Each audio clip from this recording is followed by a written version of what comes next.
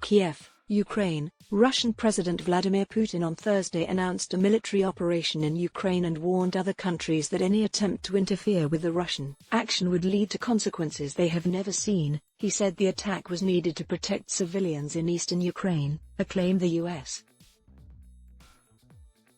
had predicted he would falsely make to justify an invasion. In a televised address, Putin accused the U.S. and its allies of ignoring Russia's demand to prevent Ukraine from joining NATO and offer Moscow security guarantees. He said Russia's goal was not to occupy Ukraine. U.S. President Joe Biden denounced the unprovoked and unjustified attack on Ukraine and said the world will hold Russia accountable. As Putin spoke, big explosions were heard in Kiev, Kharkiv and other areas of Ukraine. A full-blown Russian invasion could cause massive casualties and topple Ukraine's democratically elected government. And the consequences of the conflict and resulting sanctions levied on Russia could reverberate throughout the world, affecting energy supplies in Europe, jolting global financial markets and threatening the post-Cold War balance on the continent. Video shows explosions in Ukraine as Russia invades. Explosions can be seen near Kharkiv, Ukraine, in the early morning hours of February 24 as Russian military forces invade Ukraine. Video credit, EA Integration Group via Storyful. He said the Russian military operation aims to ensure a demilitarization of Ukraine. Putin urged Ukrainian servicemen to immediately put down arms and go home. Putin announced the military operation after the Kremlin said rebels in eastern Ukraine asked Russia for military assistance to help fend off Ukrainian aggression. The announcement immediately fueled fears that Moscow was offering up a pretext for war, just as the West had warned. A short time later, the Ukrainian president rejected Moscow's claims that his country poses a threat to Russia and said a Russian invasion would cost tens of thousands of lives. The people of Ukraine and the government of Ukraine want peace, President Volodymyr Zelensky said in an emotional overnight address, speaking in Russian in a direct appeal to Russian citizens. But if we come under attack, if we face an attempt to take away our country, our freedom, our lives and lives of our children, we will defend ourselves. When you attack us, you will see our faces, not our backs. Russian military tanks and armored vehicles advance in Donetsk, Ukraine on February 24, 2022. Photo by Stringer/Anadolu Agency via Getty Images. Zelensky said he asked to arrange a call with Putin late Wednesday, but the Kremlin did not respond. In an apparent reference to Putin's move to authorize the deployment of the Russian military to maintain peace in eastern Ukraine, Zelensky warned that this step could mark the start of a big war on the European continent. Any provocation, any spark could trigger a blaze that will destroy everything, he said. He challenged the Russian propaganda claims, saying that you are told that this blaze will bring freedom to the people of Ukraine. But the Ukrainian people are free. The United Nations Security Council quickly scheduled an emergency meeting Wednesday night at Ukraine's request. Ukrainian Foreign Minister Dmytro Kuleba called the separatists' request a further escalation of the security situation. Anxiety about an imminent Russian offensive against its neighbor soared after Putin recognized the separatist region's independence on Monday, endorsed the deployment of troops to the rebel territories and received parliamentary approval to use military force outside the country. The West responded with sanctions. Kremlin spokesman Dmitry Peskov said the rebel chiefs wrote to Putin on Wednesday, pleading with him to intervene after Ukrainian shelling caused civilian deaths and crippled vital infrastructure. White House Press Secretary Jen Psaki said the separatists' request for Russian help was an example of the sort of false flag operation that the U.S. and its allies have expected Moscow to use as a pretense for war. so we'll continue to call out what we see as false flag operations or efforts to spread misinformation about what the actual status is on the ground, she said. Earlier in the day, Ukrainian lawmakers approved a decree that imposes a nationwide state of emergency for 30 days starting Thursday. The measure allows authorities to declare curfews and other restrictions on movement, block rallies and ban political parties and organizations in the interests of national security and public order. Beginning of invasion, Biden announces Russian sanctions over Ukraine. President Joe Biden says Russian President Vladimir Putin's actions in the last 24 hours has signaled the beginning of an invasion and announced the first round of sanctions against Russia in response. Implementing full blocking sanctions will not allow Russia to trade with European markets and the Nord Stream 2 pipeline will not move forward, Biden said. The president added that Russia will pay an even steeper price if this continues and the U.S. has no intention of fighting Russia. The action reflected increasing concern among Ukrainian authorities after weeks of trying to project calm. The foreign ministry advised against travel to Russia and recommended that any Ukrainians who are there leave immediately. For a long time, we refrained from declaring a state of emergency.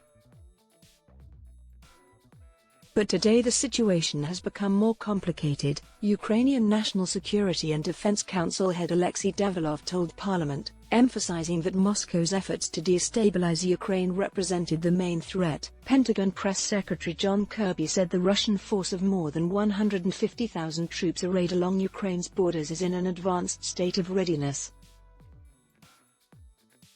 They are ready to go right now, Kirby said. The latest images released by the Maxar satellite image company showed Russian troops and military equipment deployed within 10 miles of the Ukrainian border and less than 50 miles from Ukraine's second-largest city, Kharkiv. Early Thursday, airspace over all of Ukraine was shut down to civilian air traffic, according to a notice to MN. A commercial flight tracking website showed that an Israeli El Al Boeing 787 flying from Tel Aviv to Toronto turned abruptly out of Ukrainian airspace before detouring over Romania, Hungary, Slovakia, and Poland. The only other aircraft tracked over Ukraine was a U.S.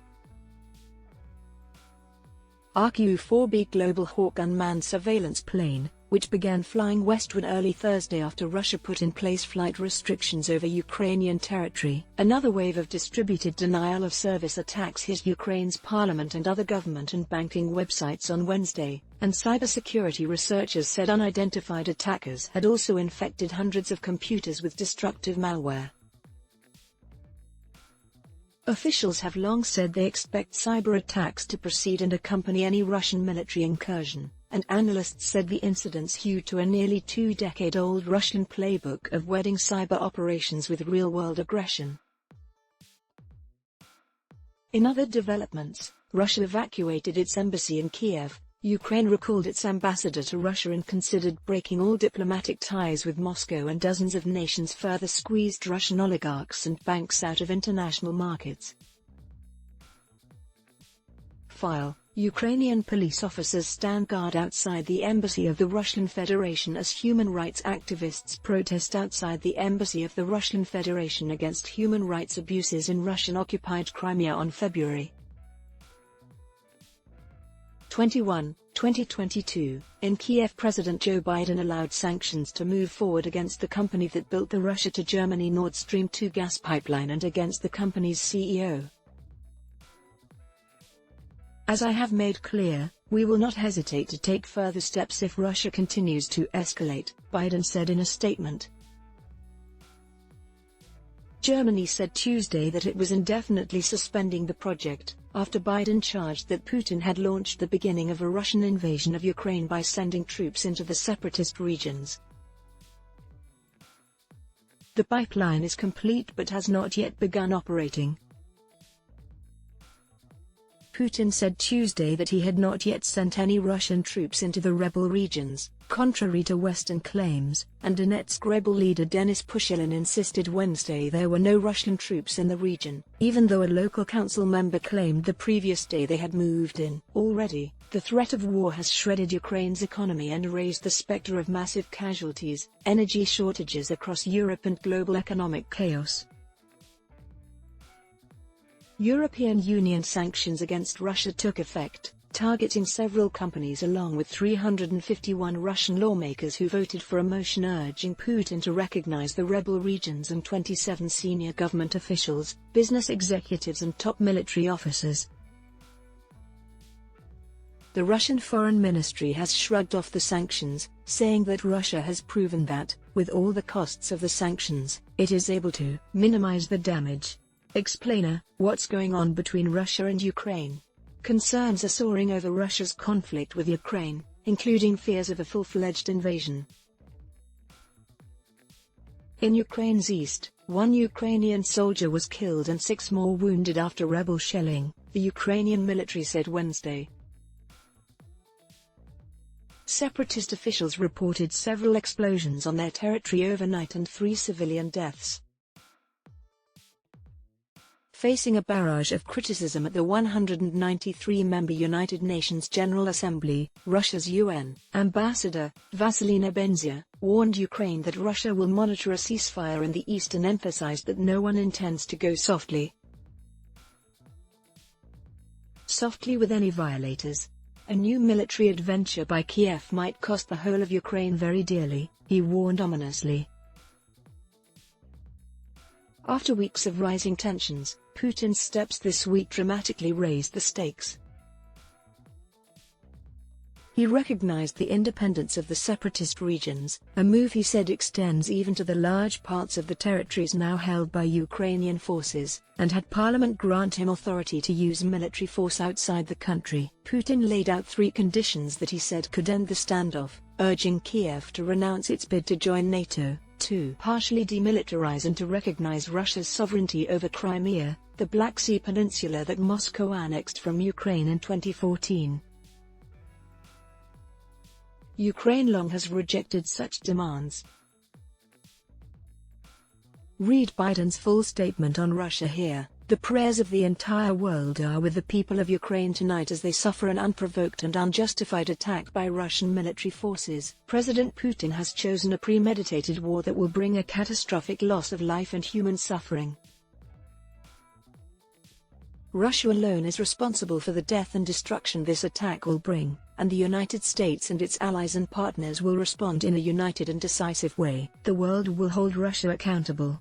I will be monitoring the situation from the White House this evening and will continue to get regular updates from my national security team.